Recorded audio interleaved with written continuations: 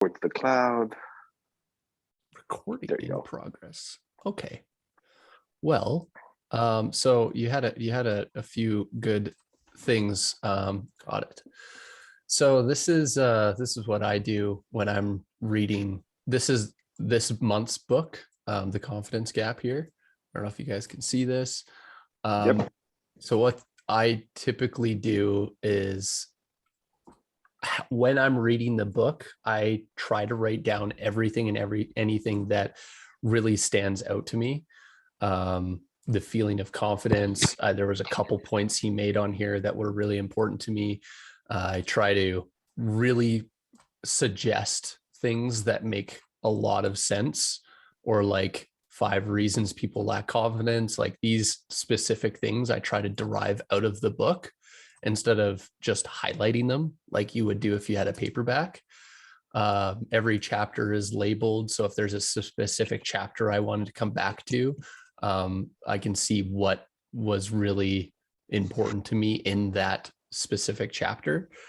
This I've found to be even better than actually reading a paperback, because as I do all of these notes, they give me an opportunity to really digest each individual thing hyper focused wise. Like I'm not just sitting there rereading something that's highlighted. I've taken it out, I've put it into a format that I can read, I understand, and how I interpreted the information. And it helps me, like his 4 things here: love, work, play, and health. And then he asked you a question in every single one of them. If somebody was to I think it was, if somebody was to, in this area of life, explain who you were, what would that be like? So I'm like, this is the type of person in this category I would like to be described as. Like if somebody was to see who that person was, this is who that person would be like. So this is one of his exercises. I find that when I'm getting like super distracted, or like my mind runs away, which happens so very often, what I do is I just head over to a different note. I'll grab something and I'll just write and write and write and write and write and write and write. And then I'll go back, hop into my book notes again, and then start listening to the book again. This way I've brain dumped that thought. That thought is now past. I can go back and focus on what I want. This happens to me while I'm reading a paperback and an audiobook. But the reason I prefer paperback over audio is because I like the physical book in my hands. That is the only reason. I find that if I listen to an audiobook, I get more out of the book, because when I'm finished a book, it usually just goes up onto the shelf with all of the highlighted things in it. Whereas my audiobook ends up being in my notes, and I visit my notes every single day. So in my notes, like I can look at all the different books that I've read. Beyond Order, I didn't really take any rules on there. The Impossible, Green Light was such a good book. The Imposter Cure, this one I really, really enjoyed, especially when it defined the perfectionist, because I really feel like I identify in that area in life. But when I do audiobooks, if you're listening on your phone and you have this Keep, like Google Keep, because it's also an app, right? Like you can rock this out as an app on your phone. What I find is that while I'm listening, I have this Google Keep sitting in front of me on my phone, and my screen stays unlocked the whole time. Like I usually end up killing my battery quite fast. But what I'll do is I'll hit my talk button, like my talk to speech button, and it actually pauses the audio, and I just speak immediately to how I derive the information, or something he said that I really like. I'll just hit that mic button and I'll say it back to my phone immediately, and it will just take down that note.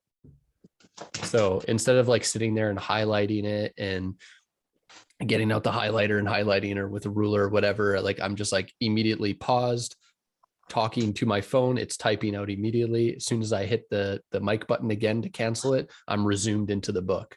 I've found this to be way more engaging, way more beneficial, and I derive the retention rate is way higher than me just like listening or reading the book. Like, I don't know. What's you guys' thoughts on that? So a couple of reactions. Clearly, you're either, the way I'm imagining you doing this, you're at your computer, you've got your keyboard in front of you, and you're typing away your notes as you described, or you described this, or you're sitting down with Google Keep. And I love Google Keep because I've got notes on things from years ago, and I just have to start typing a few keywords, and it'll tell me, there it is. Yeah. And you can organize it, and you name it. You can also share it out quickly. So if you choose to, for example, here, guys, here's all my thoughts on chapter 1, 2, done. Or here's my thoughts on green light. You can send it off, ship it off to somebody within seconds. Yeah. So I would say maybe this is something I need to think about whenever I find an audiobook and opt to do an audiobook, is to be more of an active listener by adopting what you just talked about. Because my challenge is, of course, a point will come by, I'll start thinking about it, I won't realize, oh, I need to pause. Or by the time I find the pause and pause, which I guess I could do, if I'm using my AirPods, I could just pinch them and they should pause the audio. My thought is either lost or I've gone too far down the chapter before I realize, oh, I've been thinking about this for the last 3 minutes. Yes. Rewind. Yeah. Rewind. I find myself hitting that 30 seconds backwards quite often, even with this. But I typically don't sit in front of my computer while I'm reading books. I have a very environmentally designed reading spot in my house. It's like a specific corner in my house. I usually have a tea with me that sits on the table right next to the couch. And I sit there with my phone with Google Keep. I very rarely read when I'm in my office. I find that like my brain thinks a lot of things while I'm trying to read. And I think from when I started reading to now, it has drastically increased in focus, not in like the thought thing. But that's just practice, like practice of focus, practice of continuously intentive reading, instead of just like, I need to get something out of this book. Let's figure out what that is. It's more of like, this could serve me. This could challenge my beliefs. This could do many things for me, but I need to figure out what it is that it's going to do for me. So let's read this book and find out. Like the intention is different from when I started reading books. So it's, to me, like intention, and then having like all these tools that I use now is just how I've been able to manage deriving the information from the book and how it serves me. Now, the other thought that comes to mind is, do you find because I mean, with reading a book, right, after about an hour, maybe an hour and a half, that's like the max I can sit down and read in one shot. Before I just have to get up and everything. What's your attention span like when you're doing this? In general, what's your attention span reading versus audio? So audio, it depends on the day, but in the morning I can usually get about 45 minutes. I wake up at 5. I eat my breakfast 5:30 to about 6:15. I sit there and listen to my book, and then carry on with the rest of my day, usually work or whatever. But I have to do my reading in the morning. If I try to do it in the afternoon, I can maybe get 5-10 minutes in without my brain being like, woo, let's go somewhere else. So I have to do my readings in the morning. On the weekends, however, I can sit and listen to an audiobook anywhere from an hour to an hour and a half. If I have a paperback in front of me, I could sit down for 3, 4, 5 hours. I can read an entire book on the weekend. But in audio version, like if I'm not actively looking at my phone and actively taking notes, I'm not intentively listening to my book. I used to take audiobooks and just like throw them on while I was at work. That didn't serve me at all. Like if I was trying to multitask and listening to my book, I maybe retained less than 1% of what I was reading, because I'm not only focused on a task, but my brain is also thinking about what the next task is and what I could be doing better and what I could be doing next and so on. And then I'm also trying to listen to a book. Like the multitask there just doesn't work. I have to be actively looking at my phone and taking notes.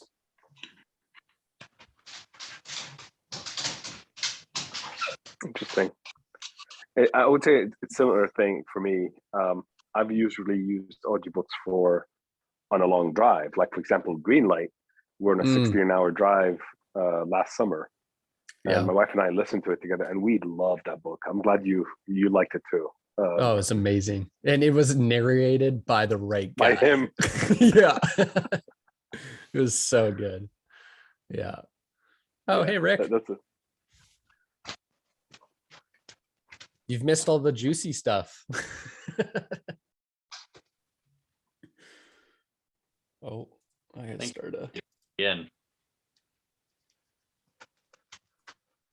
There we go. Howdy, stranger. Yeah, I had no idea you could like tag stuff in Google Keep.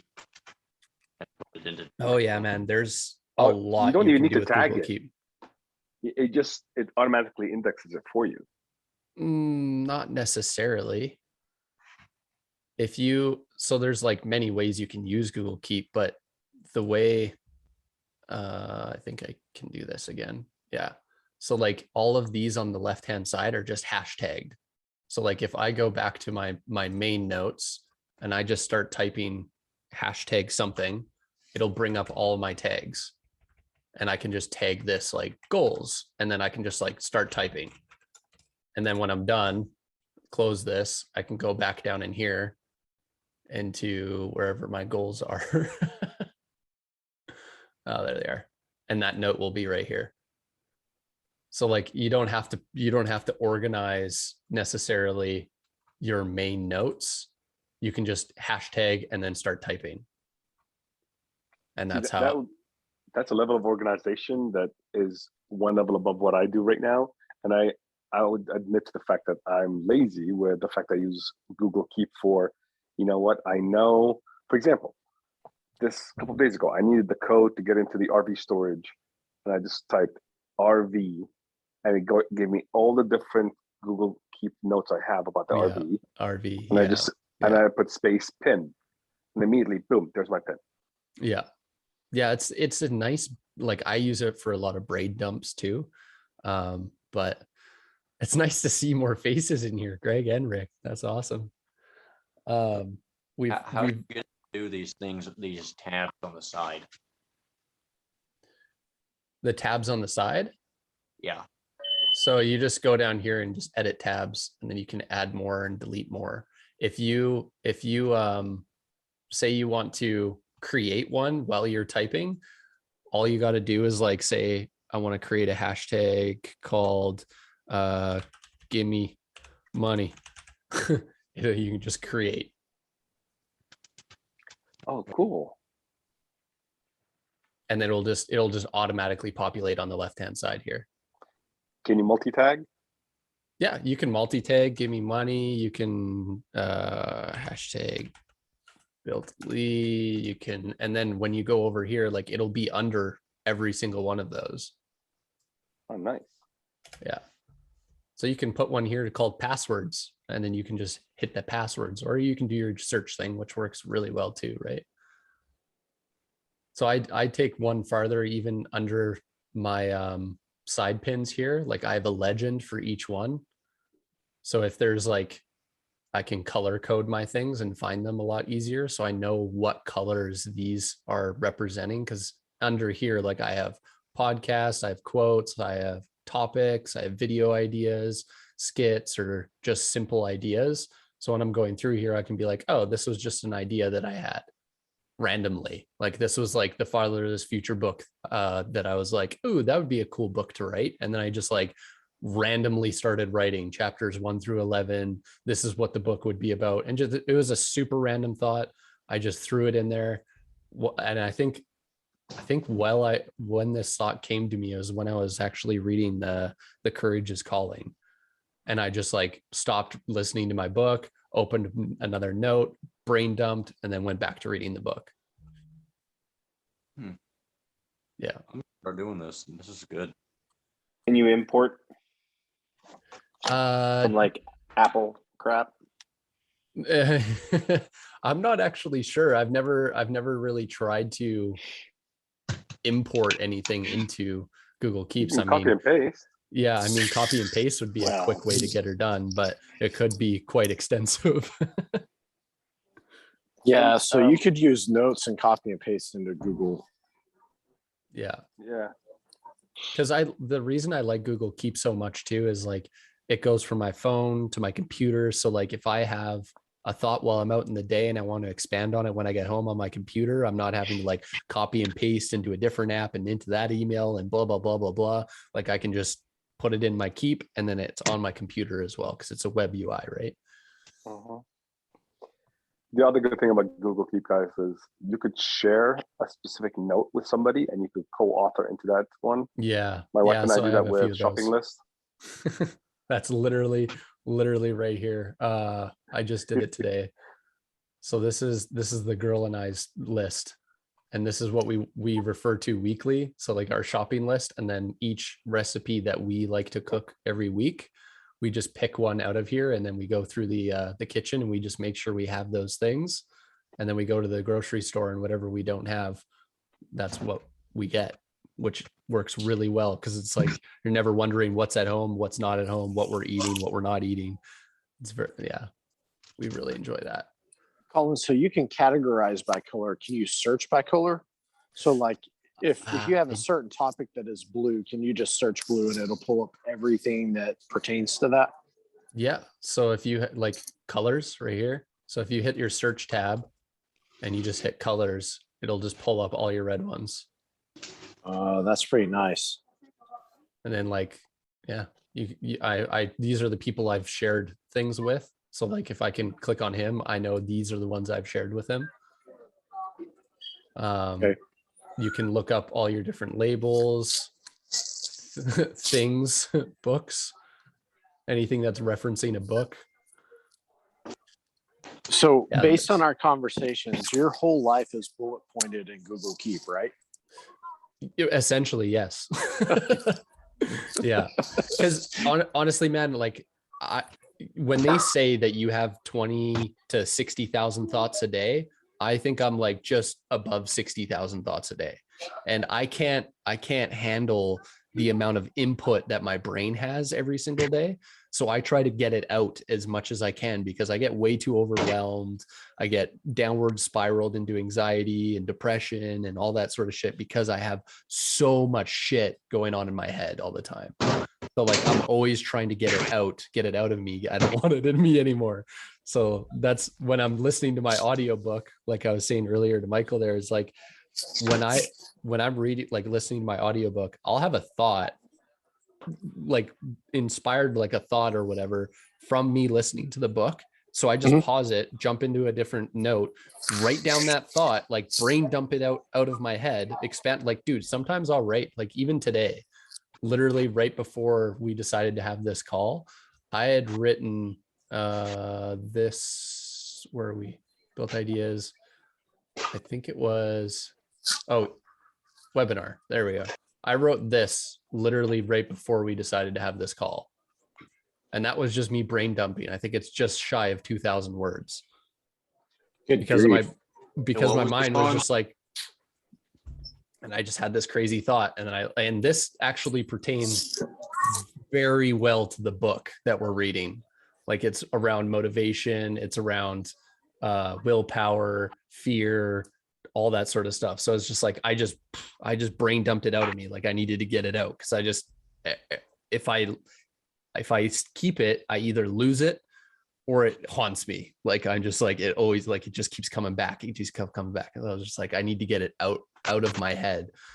And I also journal in here too. Like most of my journaling that happens, I do in Keep so that I can have it wherever I'm going.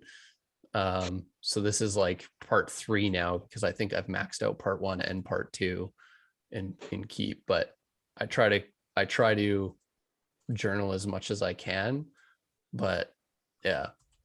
So now I'm on 3.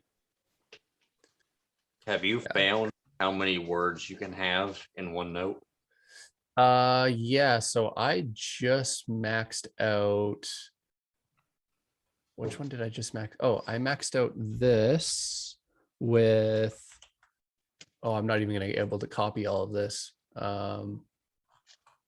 I maxed out this one, I think. Let's see if it'll let me paste it in here. There we go. So zero characters left. I'm just gonna copy all of this now, and we'll go here. Word calc.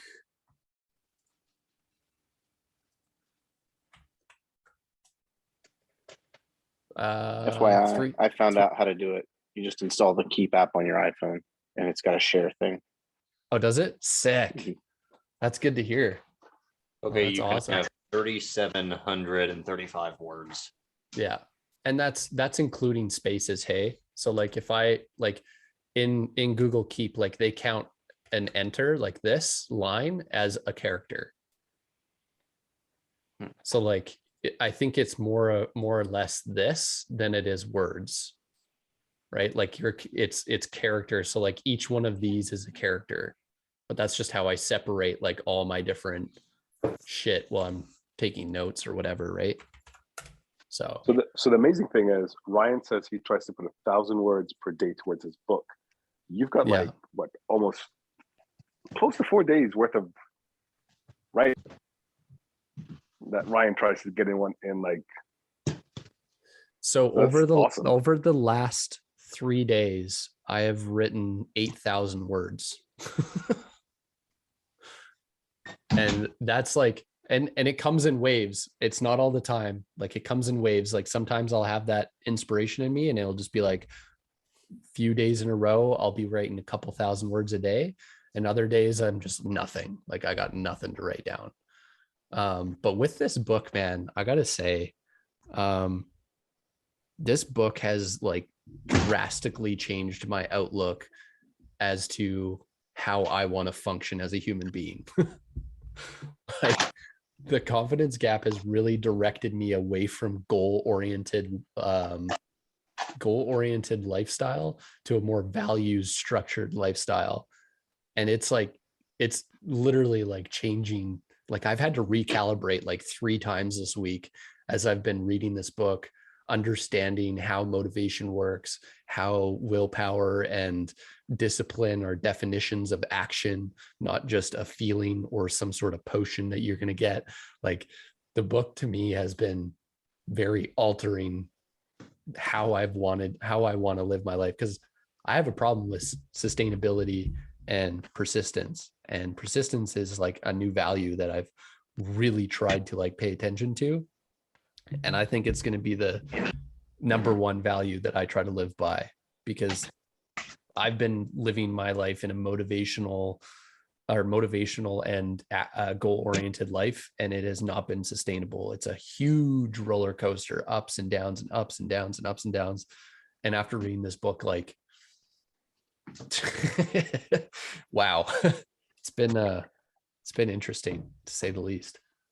I'd say I agree with you. And initially, I was very skeptical of this book, and I was just like, "Huh? I don't have a confidence issue. What's your problem? Like, what's the?" I don't think this book is just going to be one of those monthly topics. I'm just going to glide through, wait until we can, get to the next book. Yeah. And it's interesting. I've discovered a very similar thing to what you just said. The whole motivational and goal oriented. I would like, for example, when I ran my first marathon in 2010, right? I was super disciplined, eating wise, running wise for over 12 months before I ran it. And then as soon as I ran it, I tried to keep up with some running. I tried to keep up with some good eating habits. I gained like almost 10, 15 pounds after my marathon within a span of a month. And then I'm like, no, hell no, this is not happening. I signed up for another marathon for 6 months later so I can start training for it. And I'm like, and again, once I ran now, I was like, okay, this time I'm going to remain committed at least to eating well so I don't gain weight. Guess what? It doesn't work. So I signed up for another one. Yep. And then my son was born and it completely derailed our life, right? Yep. But to your point, living from goal to goal doesn't work. No, because once you obtain it, it's like you get to that question, what's next?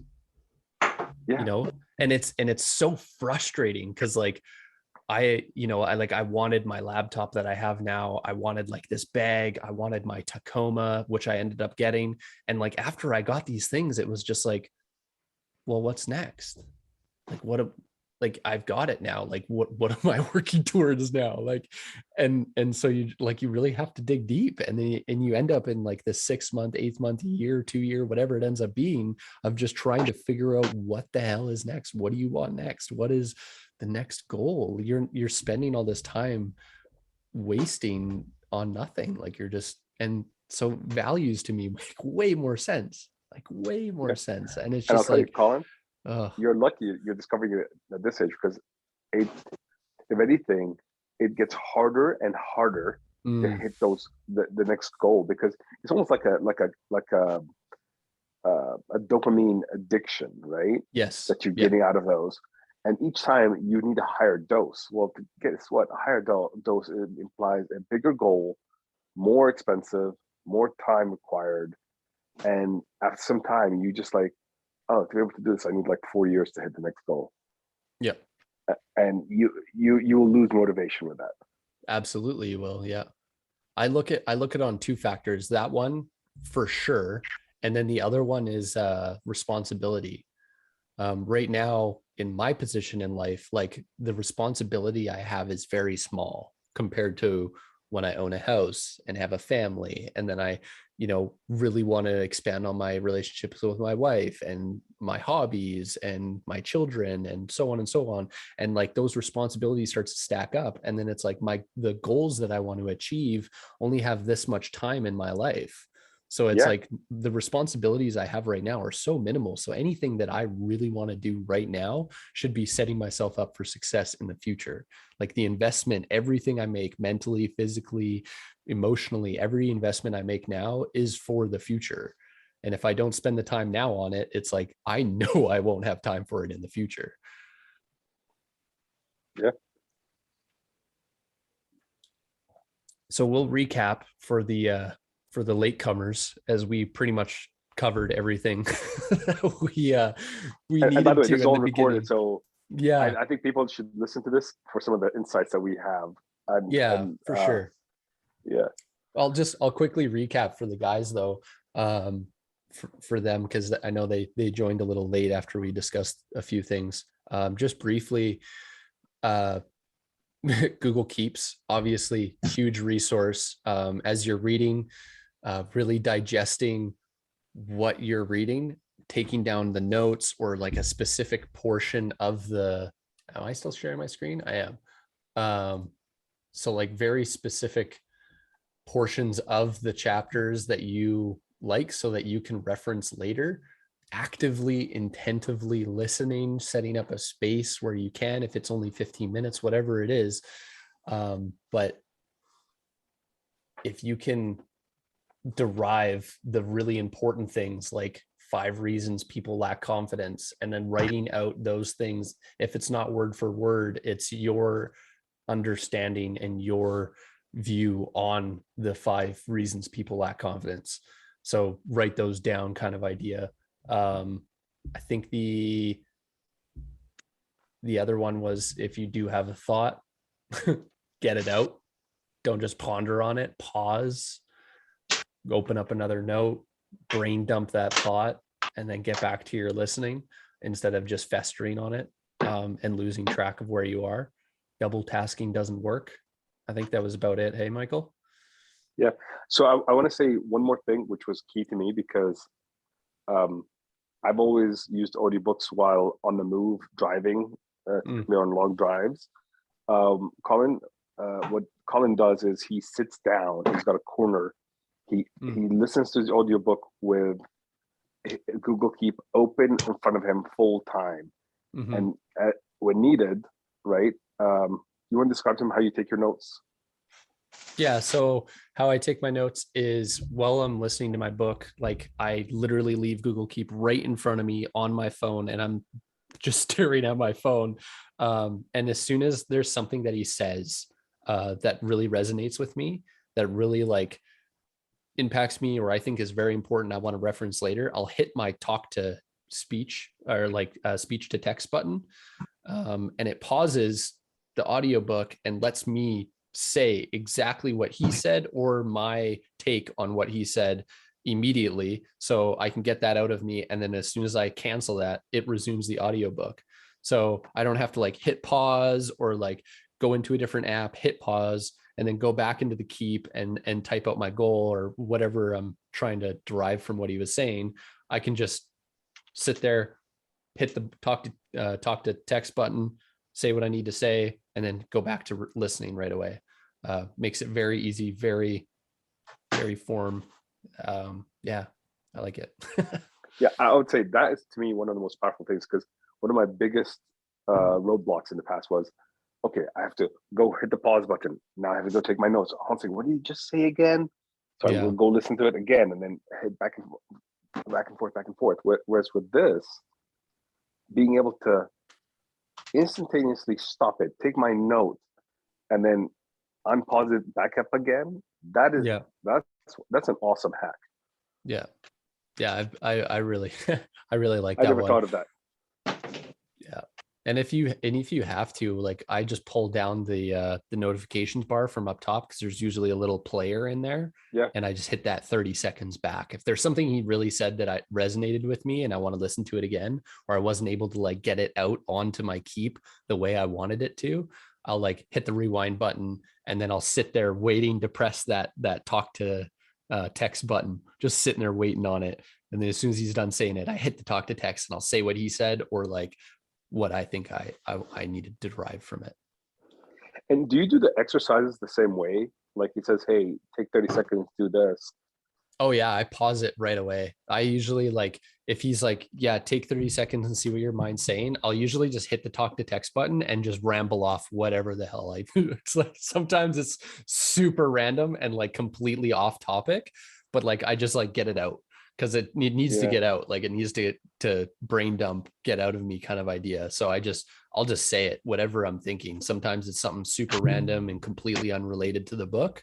But most times it's like he says, some sort of, agreeance or disagreeance or, whatever. So yeah, I do the same thing. Yeah. And the good thing about talk to text is it will continue to hold the pause for you until you think of what you want to say. Yeah. Say it and then stop it. Yeah. So you don't necessarily have to start talking immediately. You could. Yeah. Just hit the button and ponder for a second and then say what you need to say. Yeah. Yeah. Super helpful for sure.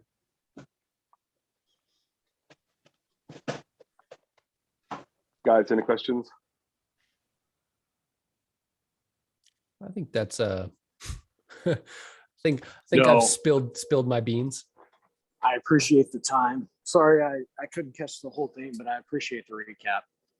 Yeah. I didn't catch the whole recap too. I seen you trying to get your bag up in the plane there, but no, I was listening. I just wasn't on video. Oh, okay.